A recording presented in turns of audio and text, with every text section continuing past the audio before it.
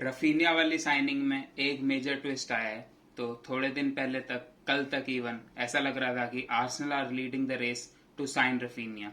कल शाम में फब्रिसियो रोमानो की तरफ से रिपोर्ट आई that Chelsea are getting close, और उसी के कुछ देर बाद कंफर्मेशन भी आ गया कि चेल्सी ने एक 55 million pounds plus 10 million pounds in add ons, मतलब 65 मिलियन पाउंड्स के आसपास की बिड लॉन्च कर दी है फॉर रफीनिया, और लीड्स यूनाइटेड ने उसे एक्सेप्ट भी कर लिया है।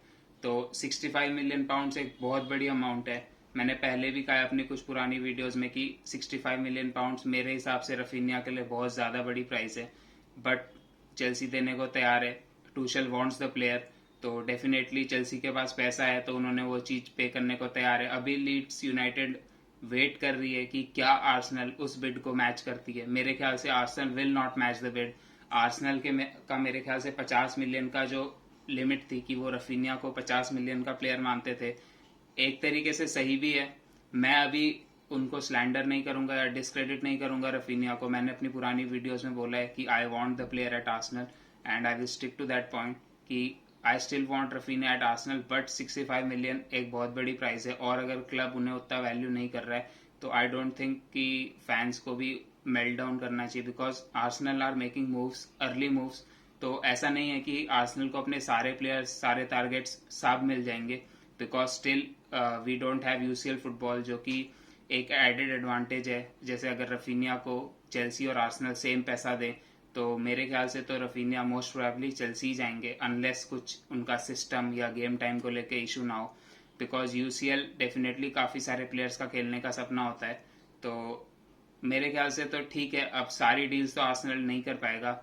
ऐसा नहीं है कि अब आर्सेनल ने रफीनिया को साइन नहीं किया तो विंडो खत्म हो गई। अभी 2 महीने बचे हैं विंडो में। अगर आर्सेनल के पास 50-60 मिलियन एक वाइड प्लेयर पे खर्च करने के लिए हैं, जो कि रिपोर्ट्स आ रही हैं कि आर्सेनल अब अपने दूसरे टारगेट्स की तरफ जाएगा और बड़ा पैसा खर्च करेगा ऑन एन अटैकिंग प्लेयर और अ वाइड विंगर, तो बहुत सारे विंगर्स है अभी मार्केट में। मूसा डियाबी हो गए, मार्को असेंसियो हो गए, और भी काफ़ी सारे प्लेयर हैं जो आर्सेनल साइन कर सकता है इस बजट में 50-60 मिलियन के।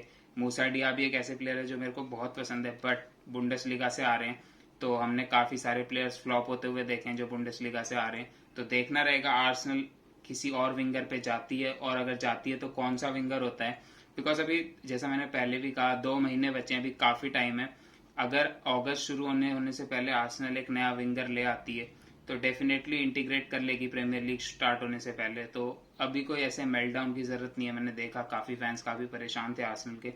I don't think it's a reason of concern. Definitely I would also have wanted Raphinha at Arsenal, but अब नहीं आ रहे हैं तो नहीं आ रहे हैं।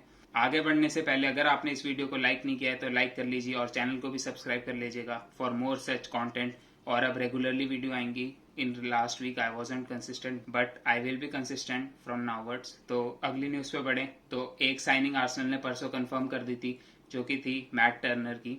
मैट टर्नर जो कि यूएस नेशनल टीम के लिए खेलते हैं और न्यू इंग्लैंड रेवोल्यूशन के लिए भी एमएलएस में खेलते हैं। तो he is a goalkeeper, second choice goalkeeper रहेंगे डेफिनेटली आफ्टर रामस्डेल। जैसा कि हमने लेनो की रिपोर्ट्स पढ़ी है कि लेनो will be leaving the club, Fulham से, बेनफिका से, काफ़ी जगह से उनके लिंक आ रहे थे।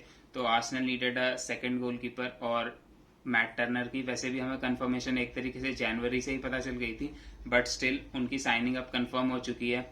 और जितना भी मैंने उनके बारे में पढ़ा है, एक तरीके से बताया जा रहा है कि एक अच्छे शॉर्ट स्टॉपर हैं। मतलब अपने फीट पे उतना अच्छे नहीं है जितने अच्छे रामसडेल हैं, बट शॉर्ट स्टॉपर एक अच्छे हैं। तो एक सेकंड स्ट्रिंग कीपर के हिसाब से सही है मेरे ख्याल से। 6-7 मिलियन उनकी फीस थी, और थोड़ा अमेरिकन एजेंडा भी हो सकता है। जैसे अमेरिकन ओनर्स हैं, वो थोड़ा अपना अमेरिकन फैन बेस को भी अपने साइड करना चाहते हैं, तो इसलिए अमेरिकन प्लेयर साइन करते हैं। तो ठीक है, अगर सेकंड चॉइस गोलकीपर ऐसे साइन कर रहे हैं तो मेरे ख्याल से तो कोई इशू होना नहीं चाहिए किसी को। उसके साथ साथ गेब्रियल जेसूस, जिनका हेयर वीगो आ चुका था फब्रिसियो रोमानो का परसों ही, कल उनकी फोटोज आई थी कि वो लंदन में एडू के साथ फोटो आई थी, और बताया जा रहा है कि उनका मेडिकल कंप्लीट हो चुका है and his announcement is imminent. तो हो सकता है आज भी आ जाए अनाउंसमेंट, या कल तो शायद डेफिनेटली आ ही जाएगी गेब्रियल जेसूस की अनाउंसमेंट। तो मैं तो पर्सनली बहुत एक्साइटेड हूँ to see Gabriel Jesus play for Arsenal.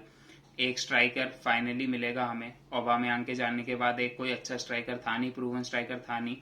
Gabriel Jesus is a proven Premier League striker, 4 Premier League जीत चुके हैं, रेगुलरली गोल स्कोर करते हैं, अमॉन्ग द टॉप स्ट्राइकर्स हैं अगर आप पर 90 के हिसाब से उनके स्टैट्स देखें। उसके साथ साथ लिसांड्रो मार्टिनेज एक और ऐसे प्लेयर हैं जिसमें आर्सेनल काफी इंटरेस्टेड है काफी टाइम से। 2 बिड आर्सेनल लिसांड्रो मार्टिनेज के लिए पहले ही सबमिट कर चुकी है। अभी रिपोर्ट्स आई थी कुछ घंटों पहले ही कि थर्ड बिड भी लॉन्च कर दी है फॉर लिसांड्रो मार्टिनेज।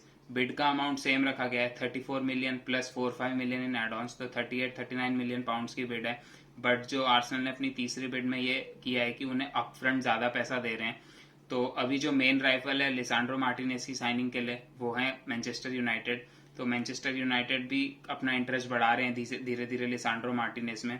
थोड़ी कंफ्लिक्टिंग रिपोर्ट्स आ रही हैं उस बारे में, बिकॉज कुछ रिपोर्ट्स कह रही हैं कि वो 40 मिलियन यूरोज जो कि ऑलमोस्ट 34-35 मिलियन पाउंड्स होता है, जो कि सेम अमाउंट है जो आर्सेनल पे कर रही है, उतना पे करने को तैयार है। कुछ रिपोर्ट्स आ रही हैं कि they are not interested in Lisandro Martinez और वो पाउ टोरेस की तरफ देख रहे हैं। तो अभी कंफ्लिक्टिंग रिपोर्ट्स हैं मैनचेस्टर यूनाइटेड और लिसांड्रो मार्टिनेज के लिंक को लेके, बट आर्सेनल का लिंक कंफर्म है। बट अब देखना रहेगा अगर सेम अमाउंट पे कर रही है आर्सेनल और मैनचेस्टर यूनाइटेड तो प्लेयर पे डिपेंड करता है। प्लेयर पे अगर डिपेंड करता है तो एरिक टेन हैग डेफिनेटली उनके कोच रहे हैं पिछले कुछ सालों से, तो वहां पे वो लिंक होता है। तो मैं सरप्राइज नहीं होऊंगा अगर Lisandro Martinez Manchester United join करते हैं। अगेन लिसांड्रो मार्टिनेज एक ऐसे प्लेयर है जो मैं आर्सेनल में देखना चाहूंगा due to his like flexibility, जो वो मल्टीपल पोजीशंस पे फिल इन कर सकते हैं लाइक डीएम, लेफ्ट बैक और सेंटर बैक। बट स्टिल अगर हम नहीं भी मिलते हैं तो हम दूसरे टारगेट्स पे जा सकते हैं। It's still an option. Lisandro Martinez को एज ए सेंटर बैक तो मैं पर्सनली नहीं देखना चाहूंगा, ये चीज मैं पहले भी बोल चुका हूँ कि उनका हाइट इशू होगा प्रीमियर लीग में। बट अगर वो डीएम और लेफ्ट बैक पे खेलने के लिए आ रहे हैं तो डेफिनेटली, और अगर सेंटर बैक पे कभी कभार फिल इन करते तो एक अच्छे ऑप्शन रहेंगे। But as a centre back थोड़ा डिसएडवांटेज है, मैंने पहले भी कहा है, इज 5'9" आई थिंक। और प्रीमियर लीग में आप जितने भी डिफेंडर्स देखेंगे सब 6'1", 6'2" उससे भी ऊपर रहते हैं। तो प्रीमियर लीग में फिजिकलिटी मैटर्स, एलडीवीसी में शायद उतनी मैटर नहीं करती बट प्रीमियर लीग में मैटर करती है। तो वो एक डिसएडवांटेज है उनके साथ। बट स्टिल अगर वो आते हैं तो I would be very much excited about him. Chelsea पे बढ़े अगर, तो ऑब्वियसली रफीनिया वाली साइनिंग में तो चेल्सी क्लोज इन कर ही रही है।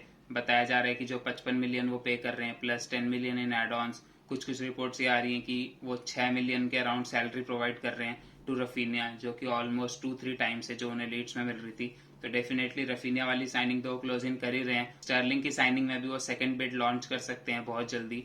तो फिर से बताया जा रहा है कि कम बिड लॉन्च कर रहे हैं, लाइक 35 मिलियन पाउंड्स की बिड लॉन्च कर रहे हैं। मेरे हिसाब से तो एक्सेप्ट नहीं होगी 35 मिलियन पाउंड्स की बिड। बट देखना रहेगा कि स्टर्लिंग को कितना वैल्यू करती है चेल्सी और मैनचेस्टर सिटी। स्टर्लिंग के साथ डेफिनेटली उनका वेजेस का इशू है, उनकी wages north of 300K a week है। डेफिनेटली हो सकता है वेजेस को कंसिडर करते हुए उनकी शायद थोड़ी जो ट्रांसफर फीस है वो कम कर रही हो चेल्सी। बट देखना रहेगा स्टर्लिंग को कब तक कंप्लीट कर पाती है, because Sterling is also priority signing for Todd Boehly. तो देखते हैं स्टर्लिंग कब तक चेल्सी आ पाते हैं या वहां पर कोई मेजर ट्विस्ट मिल सकता है। उसके साथ साथ जूल्स कुंडे वाली डील में भी अब चेल्सी अपना इंटरेस्ट बढ़ा रही है। तो बताया जा रहा है कि जूल्स कुंडे को लेके सेविया को इन्फॉर्म कर दिया चेल्सी ने that they will be willing to pay the amount जो कि सेविया मांग रही थी। 65 मिलियन मांगे जा रहे थे सेविया के द्वारा। तो देखते हैं क्या 65 मिलियन खर्च करेंगे, बिकॉज मैथायस डे लिट एक ऐसे प्लेयर हैं, एक और ऐसे प्लेयर हैं जिनकी काफी महंगी फीस रहेगी अगर उन्हें लाना चाहेंगे। तो देखना रहेगा क्या चेल्सी इतने सारे महंगे प्लेयर ला पाती है या नहीं ला पाती।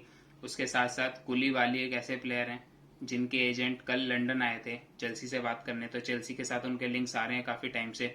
लास्ट ईयर ऑफ इस कॉन्ट्रैक्ट में है कुलीबाली, एक एक्सपीरियंस डिफेंडर है, बहुत अच्छी क्वालिटी के डिफेंडर है। बट नेपोली के साथ उनकी वेजेस को लेके अब कॉन्ट्रैक्ट एक्सटेंशन नहीं हो पा रहा है। तो कुलीबाली एक ऐसी साइनिंग है जो मैं होते हुए देख सकता हूँ चेल्सी में। Although Barcelona are also interested in him, but देखना रहेगा कि क्या होता है। कुंडे और कुलीबाली इन दोनों में चेल्सी और बार्सिलोना दोनों इंटरेस्टेड हैं।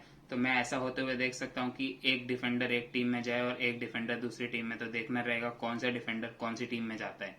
उसके साथ साथ मैनचेस्टर यूनाइटेड पे बढ़े तो फाइनली मैनचेस्टर यूनाइटेड शायद अपनी पहली साइनिंग कर सकते हैं। तो टायरल मालेसिया जो कि फेयरनार्ड के लिए खेलते थे, उनकी डील हाईजैक कर ली है एक तरीके से मैनचेस्टर यूनाइटेड ने। तो मालेसिया जो कि ओलंपिक लियोन की तरफ जा रहे थे, बट वहां पे 1-2 मिलियन को लेके थोड़ा फियोनार्ड और ओलंपिक लियोन के बीच में तनातनी चल रही थी। मतलब ओलंपिक लियोन 1-2 मिलियन कम देना चाह रहा था। तो उसी में अचानक से मैनचेस्टर यूनाइटेड ने स्वूप इन किया और 3-4 मिलियन एक्स्ट्रा देके बोला कि आ जाओ हमारे पास। और बताया जा रहा है Erik ten Hag was a fan of the player. उनके अगेंस्ट खेलते थे एरिक टेन हैग के, तो एरिक टेन हैग उन्हें काफ़ी हाईली रेट करते हैं। 22 साल के एक लेफ्ट बैक हैं। डेफिनेटली उनके पास लूक शॉ और एलेक्स टेलेस ऑलरेडी हैं, बट बताया जा रहा है कि हो सकता है एलेक्स टेलेस को शायद बेच दिया जाए। तो देखते हैं क्या होता है, कैसा परफॉर्म करते हैं मलेशिया। डेफिनेटली लूक शॉ को तो आते ही रिप्लेस नहीं करेंगे, बट मेरे ख्याल से हो सकता है बेटर बैकअप हो सके एलेक्स टेलेस से। ऑल्दो मैंने टायरल मलेशिया को कभी खेलते हुए देखा नहीं है, तो कुछ कह नहीं सकते, but he is very highly rated by Erik ten Hag. तो डेफिनेटली अगर टेन हैग पसंद करते हैं तो he could be a good fit for Manchester United. उसके साथ साथ Frenkie de Jong saga, never ending saga हमेशा की तरह। कल परसों तक रिपोर्ट्स आ रही थी, इवन कल शाम तक ये रिपोर्ट्स आ रही थी कि 65 million plus 20 million in add ons, तो ओवरऑल 85 मिलियन के आसपास डील हो सकती है फ्रैंकी डियोंग की। बट आज सुबह से जो रिपोर्ट्स आ रही हैं उस सब में यही कहा जा रहा है कि Frenkie de Jong does not want to come to Manchester United. Frenkie de Jong रहना चाहते हैं बार्सिलोना में। तो मतलब फ्रैंकी डियोंग की तरफ से जितने भी अभी तक हमने बातें सुनी है यही है कि वो मैनचेस्टर यूनाइटेड नहीं आना चाहते, वो बार्सिलोना को प्यार करते हैं, बार्सिलोना में ही रहना चाहते हैं। बार्सिलोना बस उन्हें बेच रही है due to financial reasons, but जैसा कि उनके इकोनॉमिक लीवर्स एक्टिवेट होने वाले हैं, तो अगर एक दो दिन में ये साइनिंग नहीं होती है तो ऐसा हो सकता है कि फ्रैंकी डियोंग मैनचेस्टर यूनाइटेड ना आए और बार्सिलोना ना बेचे उन्हें, बिकॉज उनको पैसे मिल जाएंगे अपनी साइनिंग्स कंप्लीट करने के लिए, और वेज कट तो वो लेने को तैयार ही हैं। तो मतलब एक बहुत बड़ा सेटबैक हो सकता है मैनचेस्टर यूनाइटेड के लिए अगर फ्रैंकी डियोंग वाली डील कंप्लीट ना हो, बिकॉज एरिक टेन हैग उन्हें काफ़ी एक इंपॉर्टेंट प्लेयर मानते हैं अपने प्रोजेक्ट का, फेज बनाना चाहते हैं उन्हें अपने प्रोजेक्ट का।